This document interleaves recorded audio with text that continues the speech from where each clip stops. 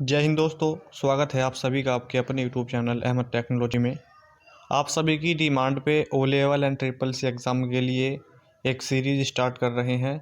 आपके O level के जो एग्ज़ाम हैं दोस्तों, आप जानते हैं जनवरी 2023 में होंगे। तो अभी से ही आपको मेहनत करनी पड़ेगी, अभी से ही आपको पढ़ना पड़ेगा, तभी जाके आप ओ लेवल एग्ज़ाम को पहले ही बार में अच्छे ग्रेड से क्वालिफाई कर सकते हैं, पास कर सकते हैं। कुछ बच्चे ये सोचते हैं कि 1 महीना पहले पढ़ लेंगे, 15 दिन पहले पढ़ लेंगे और हम ओ लेवल में पास हो जाएंगे।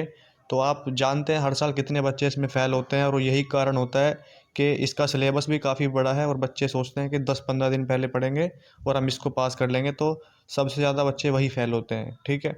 तो अगर आपके पास कोई प्रैक्टिस सेट है, कोई बुक है, तो आप उससे डेली पढ़िए, एक चैप्टर डेली पढ़िए और जनवरी तक आप अपना पूरा सिलेबस कंप्लीट कर लीजिए।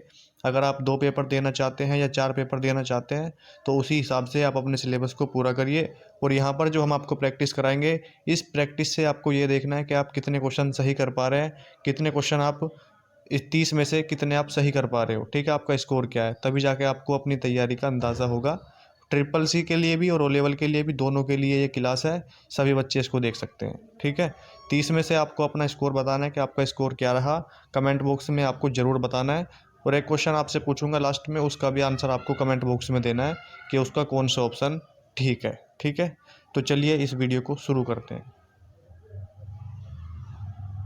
नंबर 1 में है आपका एटीएम और क्रेडिट कार्ड में सीवीवी कितने डिजिट का होता है। ये ट्रिपल सी एग्ज़ाम में काफ़ी बार क्वेश्चन पूछा जा चुका है और ये बार बार रिपीट होता रहता है हर शिफ्ट में। तो ये क्वेश्चन काफ़ी इंपॉर्टेंट है और ओ लेवल एग्ज़ाम में भी इसके पूछे जाने के चांस हैं।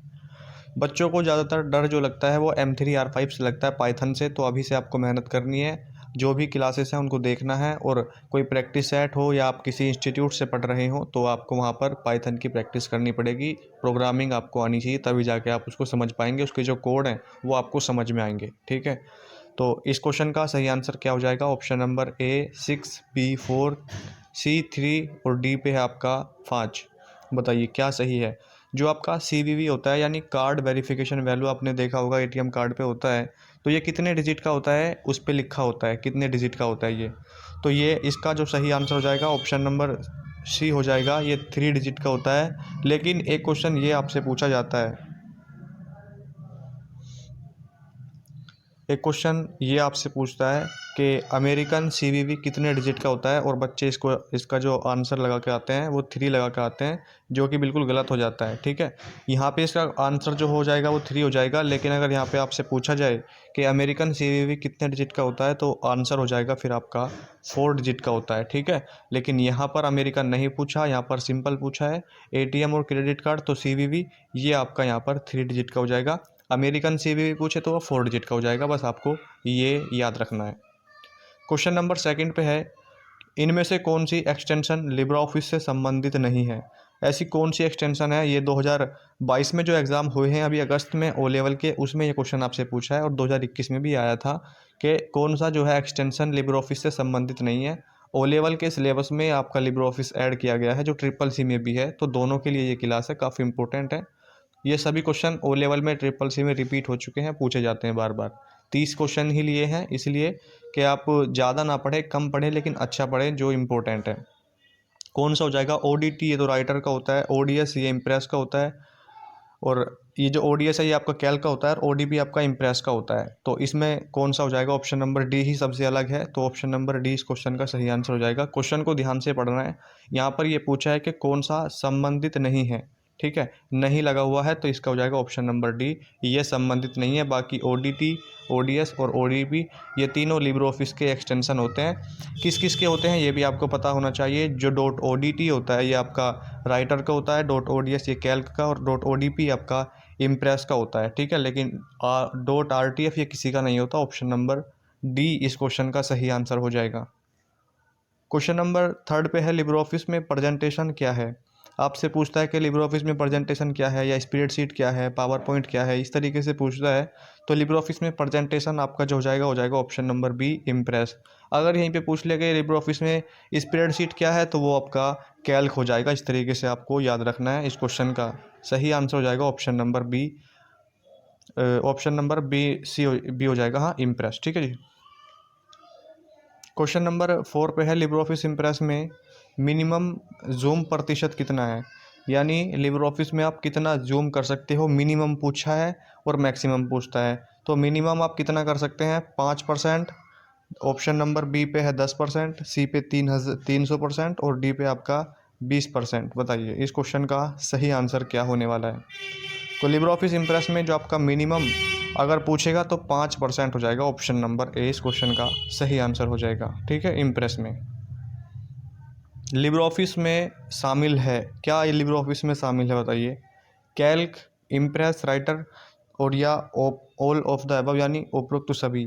तो लिब्रे ऑफिस में आप जानते हैं कैल्क भी होता है, इम्प्रेस भी होता है, राइटर भी होता है। तो इस क्वेश्चन का सही आंसर हो जाएगा ऑप्शन नंबर डी सभी। क्वेश्चन नंबर 6 पे है उमंग ऐप में एन का मतलब क्या है। ये काफ़ी पॉपुलर क्वेश्चन है ट्रिपल सी एग्ज़ाम के लिए, और ओ लेवल में इसकी पूरी फुल फॉर्म भी पूछी गई है कई बार कि उमंग ऐप की फुल फॉर्म क्या है।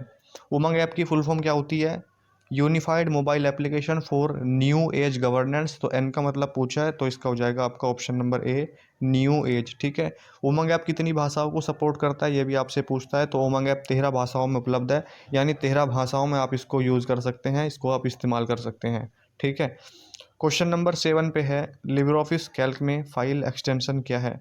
देखिए कैल्क का एक्सटेंशन पूछा है, मैंने भी आपको बताया था .ods जो है आपका, ये आपका कैल्क का ही होता है एक्सटेंशन, ओडीटी राइटर का और ओडीपी इम्प्रेस का होता है, और आरटीएफ किसी का नहीं होता। इसका सही आंसर हो जाएगा ऑप्शन नंबर बी .ods। ठीक है, MICR का पूर्ण रूप क्या है, magnetic ink character recognition, magnetic ink character reader, या दोनों, या नन ऑफ दीज।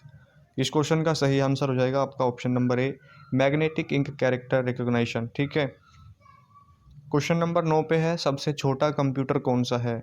इस क्वेश्चन का आंसर आपको बताना है कि सबसे छोटा कंप्यूटर कौन सा है। ये क्वेश्चन ट्रिपल सी में ओ लेवल में पूछे जाते हैं, यही आपको कंफ्यूज करने वाले क्वेश्चन होते हैं। ज़्यादातर बच्चे जो इसका क्वेश्चन लगा के आएंगे आंसर का, इस क्वेश्चन का जो आंसर वो ए लगाते हैं कि मिनी कंप्यूटर नाम से ही लग रहा है मिनी, तो ये सबसे छोटा होगा, जबकि ये गलत हो जाता है आपका।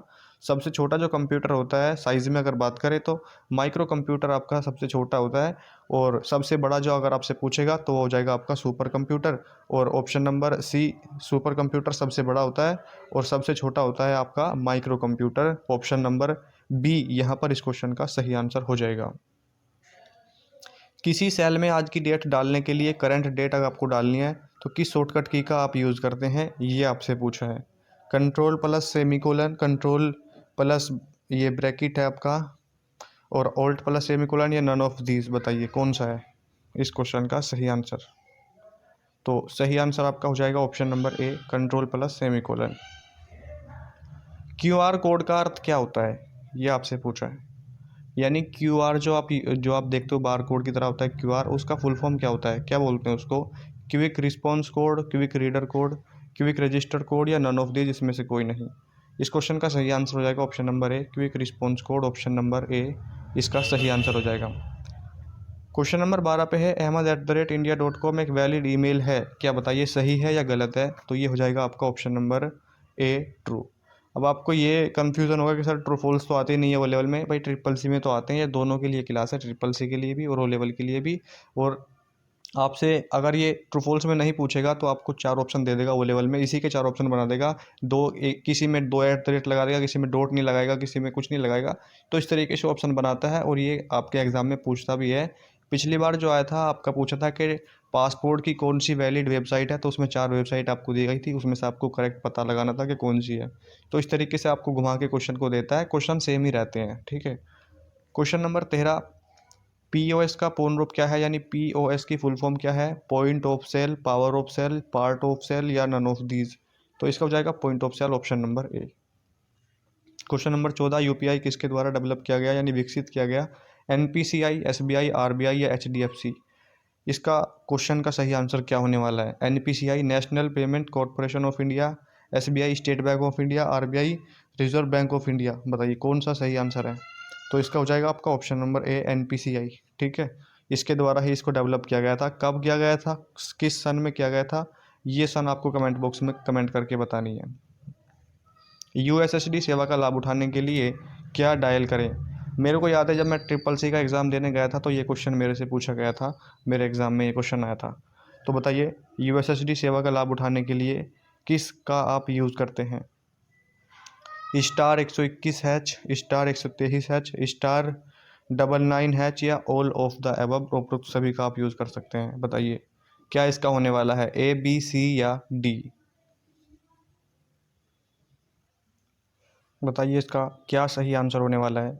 इसका हो जाएगा आपका ऑप्शन नंबर सी, *99#। ठीक है, ये इसका सही आंसर हो जाएगा, option number C. Question number 16 पे है, कैल्क में मैक्सिमम वर्कशीट कितनी होती है? एक क्वेश्चन ये आपसे पूछा जाता है कि वर्कशीट के संग्रह को क्या बोलते हैं। तो वर्कशीट के संग्रह को वर्कबुक बोलते हैं, ये आप जानते हैं। और कैल्क में अधिकतम कितनी हो सकती है? 1000 हो सकती है। ऑप्शन नंबर बी इस क्वेश्चन का सही आंसर हो जाएगा। यहाँ पे आपको ये ध्यान रखना है, सेल नहीं पूछा है कितनी सेल होती हैं। ये अगर सेल पूछता है 1024 हो जाता, लेकिन यहाँ पर आपसे क्या पूछा है, वर्कशीट पूछा है, तो इसका सही आंसर हो जाएगा 1000। क्वेश्चन नंबर 17 पे है, जेपीजी एक फाइल फॉर्मेट है, इमेज फाइल फॉर्मेट, तो ये हो जाएगा आपका ट्रू। ठीक है, ऑप्शन नंबर ए। इंटरनेट एक्सप्लोरर ब्राउज़र का एक प्रकार है, ट्रू है या फॉल्स, ये आपसे पूछा है। बताइए इंटरनेट एक्सप्लोरर ब्राउज़र का एक प्रकार है या नहीं है? तो ये आपका हो जाएगा true, option number A. Question number 18 पे है, असेंबलर कौन सा सॉफ्टवेयर है? सिस्टम सॉफ्टवेयर है या एप्लीकेशन सॉफ्टवेयर है या दोनों है या इसमें से कोई नहीं है? बताइए असेंबलर आपका कौन सा सॉफ्टवेयर है? सही आंसर क्या हो जाएगा दोस्तों, असेंबलर कैसा है आपका? तो ये आपका सिस्टम सॉफ्टवेयर होता है, ये आप जानते हैं। ऑप्शन नंबर ए इस क्वेश्चन का सही आंसर हो जाएगा, सिस्टम सॉफ्टवेयर।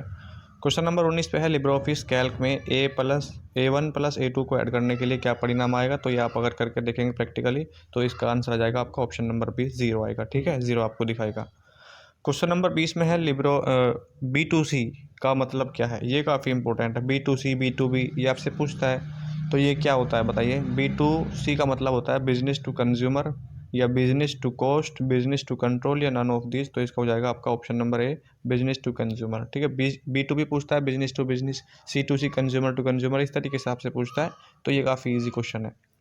21 नंबर पे है, सीपीयू में ALU अंकगणितीय व तार्किक संचालन का काम करता है या नहीं? तो ये हो जाएगा आपका ट्रू, ऑप्शन नंबर ए। वॉल्व टेक्नोलॉजी कौन सी पीढ़ी यानी कौन सी जनरेशन में प्रयोग की जाती है? ये आपसे पूछा है, तो इसका हो जाएगा आपका फर्स्ट जनरेशन में यानी पहली पीढ़ी में इसका यूज़ होता है। क्वेश्चन नंबर 23 में, AEPS में ई का क्या मतलब है? यहाँ पे आपसे ये पूछा है। बताइए AEPS में ई का मतलब क्या हो जाएगा आपका? तो ये हो जाएगा आपका option number C, enable, option number C. Umang app में कितनी भाषाएं हैं, मतलब कितनी भाषाओं में आप इसको यूज़ कर सकते हैं? मैंने अभी आपको बताया था 13 भाषाओं में उमंग ऐप उपलब्ध है, इसको यूज़ कर सकते हैं। ऑप्शन नंबर बी 13 हो जाएगा। विंडो एक ऑपरेटिंग सिस्टम है या नहीं? तो ये हो जाएगा आपका ऑप्शन नंबर ए, ट्रू। लिब्रे कैल्क में अंतिम कॉलम का नाम क्या है? ये आपसे पूछा है, तो ये हो जाएगा आपका ऑप्शन नंबर ए, AMJ। ठीक है, AMJ इस क्वेश्चन का सही आंसर हो जाएगा। .com किससे संबंधित है, रिलेटेड किससे है? ये आपसे पूछा है, कॉमर्स से है, कमेंट से या कमर्शियल से? तो जो आपका .com है ये कमर्शियल वेबसाइट को दर्शाता है, डोमेन नेम, तो इसका आंसर हो जाएगा ऑप्शन नंबर सी, कमर्शियल। 28 नंबर पे पहला सर्च इंजन कौन सा है? यहाँ पे आपसे ये पूछा है। First search engine Yahoo, Archie, Google या नन ऑफ दीज? तो सबसे पहला अगर आप पूछेगा आपसे तो हो जाएगा आपका आर्ची। सबसे पहला सर्च इंजन कौन सा है? आर्ची इस क्वेश्चन का सही आंसर हो जाएगा। क्वेश्चन नंबर 29 पे है, लिब्रे ऑफिस में स्प्रेडशीट क्या है? मैंने अभी आपको बताया था, ये हो जाएगा आपका ऑप्शन नंबर ए, कैल्क को ही स्प्रेडशीट बोलते हैं। ठीक है, क्वेश्चन नंबर 30 पे है, सिलेक्ट ऑल की शॉर्टकट की क्या है? जो आप सिलेक्ट ऑल करना है आपको कोई भी, जैसे ये PDF ही है, आप इसको सिलेक्ट ऑल करना चाहते हैं वर्ड में, तो क्या सिलेक्ट करेंगे? कंट्रोल-B, कंट्रोल-A, ऑल्ट-A या नन ऑफ दीज? तो आपको सिलेक्ट करना होगा कंट्रोल+A। ठीक है, ये आपके 30 क्वेश्चन हो गए हैं। अब आपके लिए एक होमवर्क क्वेश्चन है, आपको इसका आंसर कमेंट बॉक्स में कमेंट करके बताना है। क्वेश्चन आपसे ये है कि कटे फटे नोट्स को डैश, ये आपके लिए होमवर्क है, क्या कर देना चाहिए? बैंक से बदल लेना चाहिए। ऑप्शन नंबर बी पे है फेंक देना चाहिए, सी पे है जला देना चाहिए और डी पे है नन ऑफ दीज, कुछ नहीं करना चाहिए। बताइए, ये क्वेश्चन में आपको कमेंट बॉक्स में कमेंट करना है। ये आप आज का आपके लिए होमवर्क है कि ए सही होगा, बी, सी या डी। आपको दिख नहीं रहे होंगे ऑप्शन, तो मैं एक बार फिर से आपको बोल देता हूँ। ए पे है आपका बैंक से बदल लेना चाहिए, बी पे है फेंक देना चाहिए, सी पे है जला देना चाहिए और डी पे है नन ऑफ दीज। तो ऑप्शन के साथ आपको कमेंट करना है कि कौन सा सही होने वाला है। वीडियो कैसी लगी कमेंट बॉक्स में कमेंट करके ज़रूर बताइएगा, और अगर आप चैनल पर नए हैं तो प्लीज़ चैनल को सब्सक्राइब जरूर कर दीजिए, बेल आइकन प्रेस कर दीजिए ताकि आने वाली वीडियो का नोटिफिकेशन आपके पास सबसे पहले पहुँचे। और हमें सपोर्ट करें ताकि हम आपके लिए इस तरीके से मेहनत करते रहें और आप भी पढ़ते रहिए। ओ लेवल एग्ज़ाम को पहली ही बार में टारगेट रखिए कि अच्छे ग्रेड से क्वालिफाई करना है, पास करना है। ठीक है दोस्तों, मिलते हैं नेक्स्ट वीडियो में। तब तक के लिए जय हिंद, जय भारत।